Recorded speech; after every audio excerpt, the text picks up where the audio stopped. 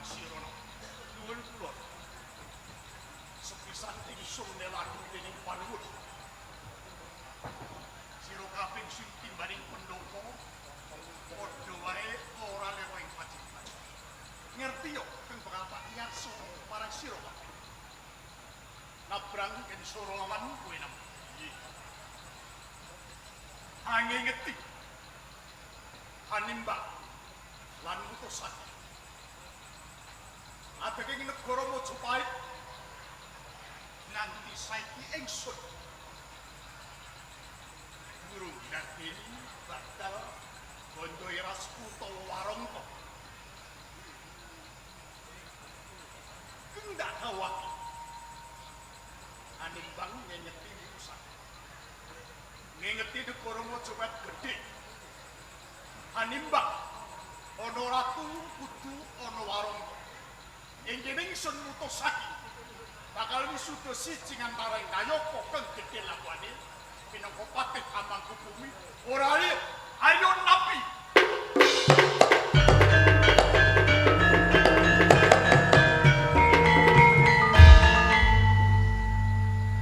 sinuwun palenggan patih Hamangkubumi menika menggawe kula mboten kanugrahan nanging menika satunggaling kewajiban ingkang saged tamut ampracapra syukur yen kabeh tok tampa kanthi lega leganing atimu pancen ora luput iki butuhan beran nanging kewajiban kengapun dene kewajiban ing abot kuwi kudu nambaran ati sing semput tumuju lan kamardikan negara Majapahit ngestakaken kaputan wonten kengsun dawuh sinuwun Prabu lan marang jeneng sira dawuh katindaran ya muga-muga nggonku utusake perkara iki bisa nggawa negara Majapahit dadi negara agung lan ageng ora sandang pangan lan papan amin amin kula yang suwun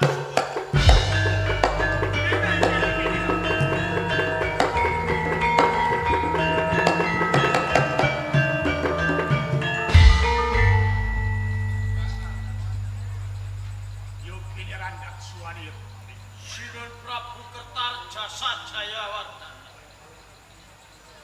nyuwun pangapunten ngen kula sowan wersa dalem randhat jalaran wonten jejiban wonten ing Kabupaten Tuban ingkang kedah kula rampungaken gedhe pangapuraku tumrap marang jeneng sira piye nanging nyuwun sewu sak sampunipun kula ngancikaken pendapi agung wonten ing ambalanipun negari Majapahit sorak Hamatarupa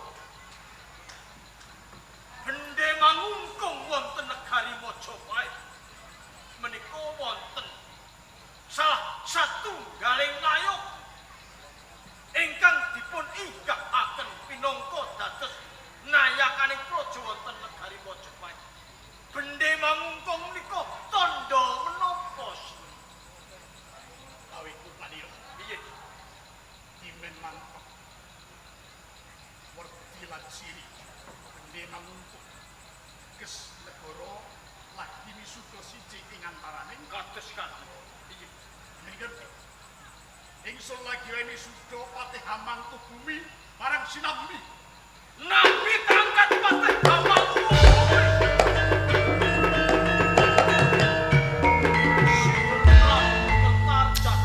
Jayawardhana jimat pepunden sinuwun sinareng kula mangertosi lan mireng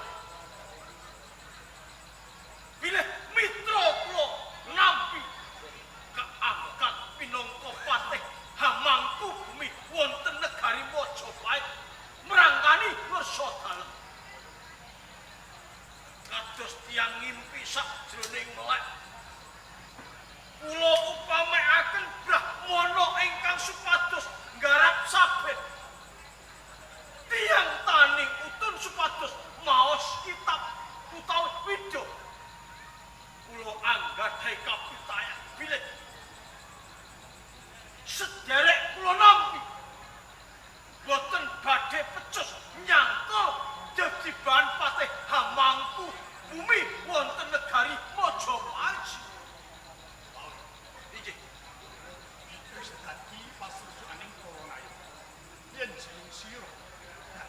boten kaya ngono. Cukup nglaporake. Lho yen dunami beksa boten wonten sanes kejawi paman kan sora ingkang wantes. Angin. Ojo lancang tamcap. Geng kok konjoake. Ora sedang Sang Prabu Kertajasayawasa. Dugi. Paman.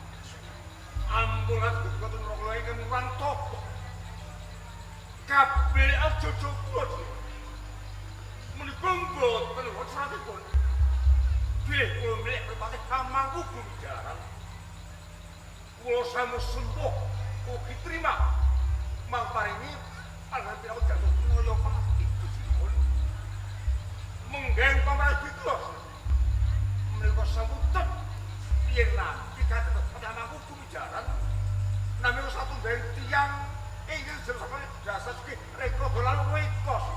Paman kan sora. Nuwun sewu. Kenging menapa panjenengan sabela lawan nampi? Ae. Kowe aja ngetokno kebijakan dhewe. Ning ngono ya nggih. Ana perang kedekatan mojo ning Kediri. Nampi uga nang Kosiban. Kejoman para jual Majapahit. Kerso. Kalau ini kan dipikir Sanggrami Jaya. Gerawe. Paman kan sora. Kenging menapa panjenengan sabela kepati, pati kelawan nabi. Kula aturi ngingeti paman keju. Berhubung keraton Kediri. Perangi Majapahit lan Kediri. Ikir kula tatu. Angger dipun kroyok kaen prajurit Kediri. Senopati Rangga Janur lan Segara Winata. Nganti tangan kula rojah rajeh dipun kroyok prajurit Cina. Ingkang dipun pandhekani Kublai Khan. Nanging peperangan nika kula boten mangertosi klebating sinau. Kenging menapa paman tekan sora sabra lawan nabi paman. Ae. Yen kowe lali tak elingi yo. Ungguling prit Majapahit. Apa mersa kesuta? Ayo, ane ora. Ning kabeh perkara sing dipun ayokan kawula, Ger. Kula ngertos paman kan sora. Kok teges kula menika nyongol-nyongolaken labuhan kula wonten negari Majapahit menika boten. Nanging kula ngeman menawi yen nampi kaangkat patih hamangku bumi meranggani kesodalan Sina Prabu Kertajasa Jayawardhana. Kula anggadhe kapitayan nampi boten pecus nyangkul jejiban patih hamangku bumi paman. Nabi. Kowe kelawan aku tetep roan. Nanging yen kabeh atur kumarang ngeso dalem Sina Prabu Kertajasa Jayawardhana. Ing kono nyonyok marang rasa batin. Esok sore awan bengi yen kowe ora bisa nampa perkara iki ning endi papan durung aku kang ngadepi kelawan kowe nanti.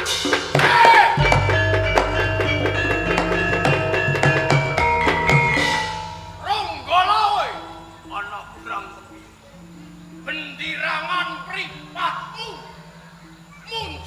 muncrat idumu serawean tanganmu kowe matur ana ing pangarsaning sapa? Dasare kowe ora tata, ora duwe unggah-ungguh lamtrap sila.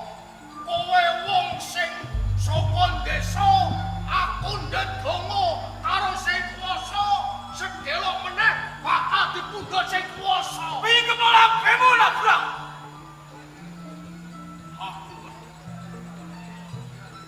kowe aja cengong-cengong marang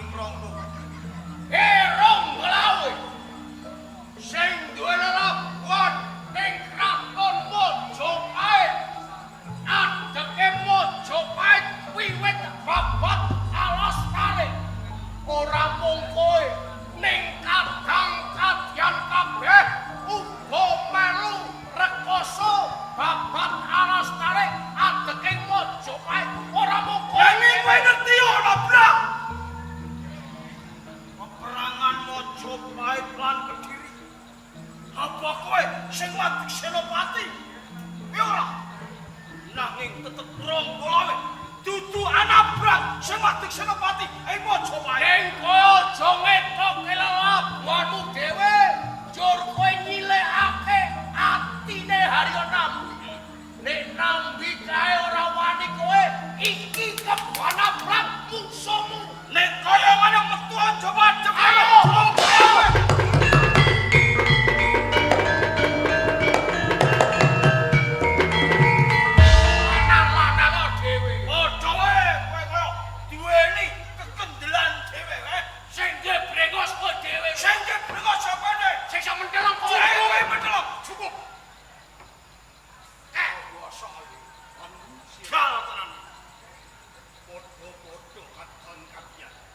Ingsun ora ngersake Bathik Sirah.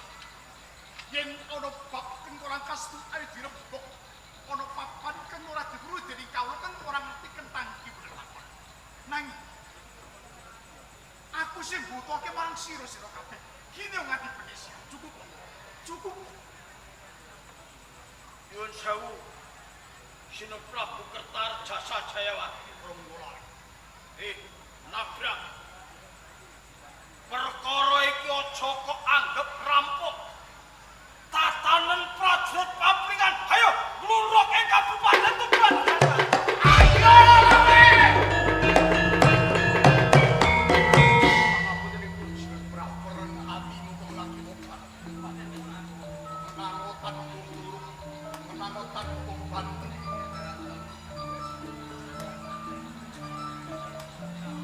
Sinuwun Marmahus. Sinareng kula midhangetaken aturipun rawuh. Kados kabeset desa Bauman. Saprabu putraku.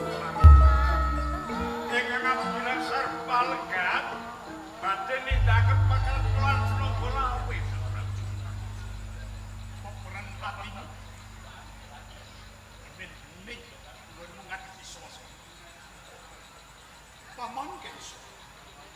Ya uji mboten nono babagisan menawi ing pendhapi agung badhe wonten kedadosan ingkang mboten kula kajengaken paman. Menapa prayogipun palenggan Patih Hamangku Bulur Jabr kula paringaken dhateng Silawu. Sinuwun. Sabda Pandhita Ratu datang Paulawa. Kok mangepatih kepayang brawi. Bae ndak pirang toto Pak. Paman Kenso. Kula sinuwun. Kula ngeman menika kadang-kadang Bathik Sirah sabiki mawon badhe ngicari kekiatan ingkang menika Paman Kenso. Lawe kana kula panjenengan awit koko pamani. Betalipun Silawe nganti kebanak. Dika tungko, dika peper. Dening bondo kalani pasrah karo Paman Kenso. Terang terwoto dalam tanpa tidak berkewajiban jiwa. Kini saged monggo.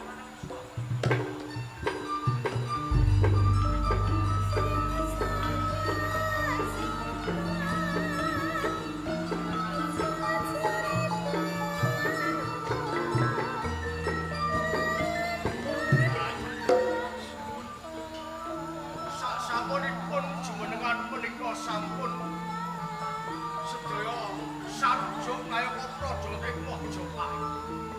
Kepareng kula badhe wangsul wonten ing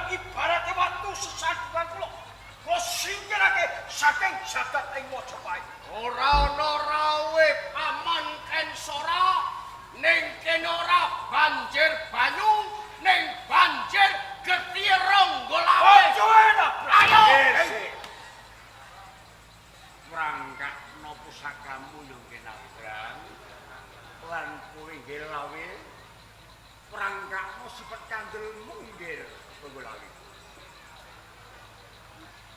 Apa pendelang? Sing mendelang kowe. Kowe jenggot. Kok wedhus ae. Ya kowe koyo kirek. Babi, celeng, tunggale kowe. Culuk matamu. Kowe iki gelem meneng apa ora? Meneng. Kebo anabrang lan kowe ponakan kurang bola. Aman ken sora kados pundi. Upama aku turu yo nggih. Paman ora bisa ngipi. Upama paman kuwe melek. Paman ora bisa musik. Tak nyono babar pisan. Ini gorong Majapahit padha jengkah perkara penuh. Nggih. Kowe iki padha-padha derajatmu. Kowe pinangka pasukan darat. Kowe uga pasukan laut. Bebarengan niku dening Kraton Majapahit. Nggih. Kraton Majapahit iki lagi setahun. Durung mantrah. Kowe malah padha cekak. Arep nyang ndi Majapahit. Mbok yo nggih. Disabarke. Ayo padha bareng-bareng. Piye kowe Kraton Majapahit nggih napa? Menawi to jaipun Paman Kensora ingkang kasekati. Kula namung tuturi handayani kepengin rembakake negari Majapahit. Ning kowe lawan. Sawetara wektu iki aku ngalah karo kowe. Ning liya dina tak tagih nyawa. Saiki wani suwane.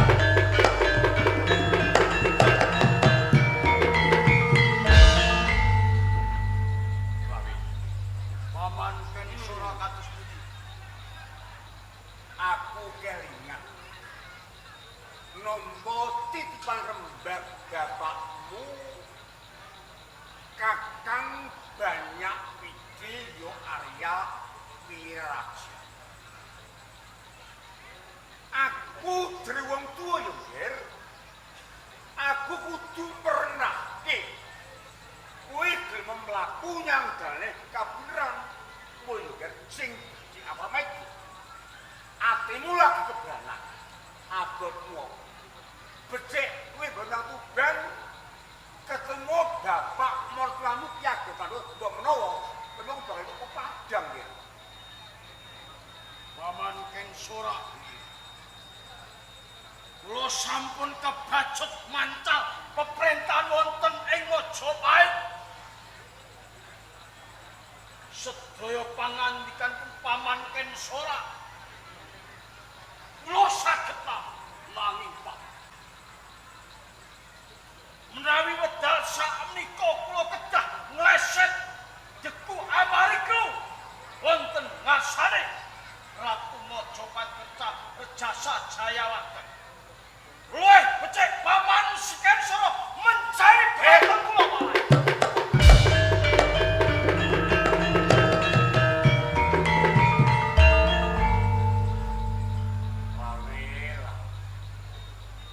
Sifat kandel iki dudu kanggo mateni rong gawe.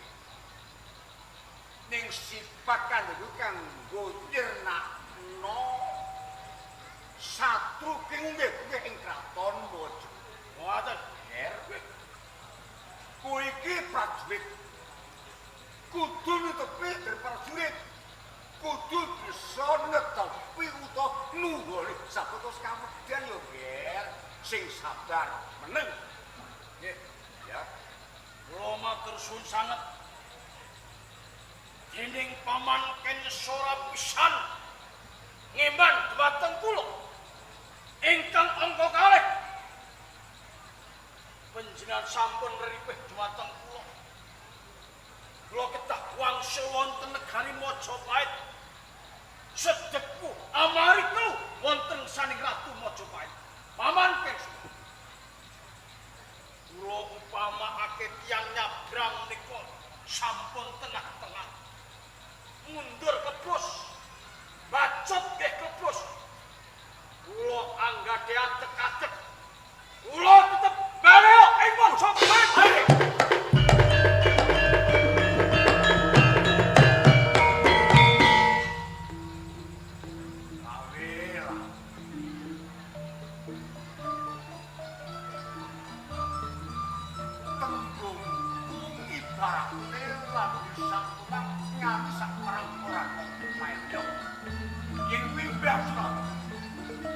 Aku bayi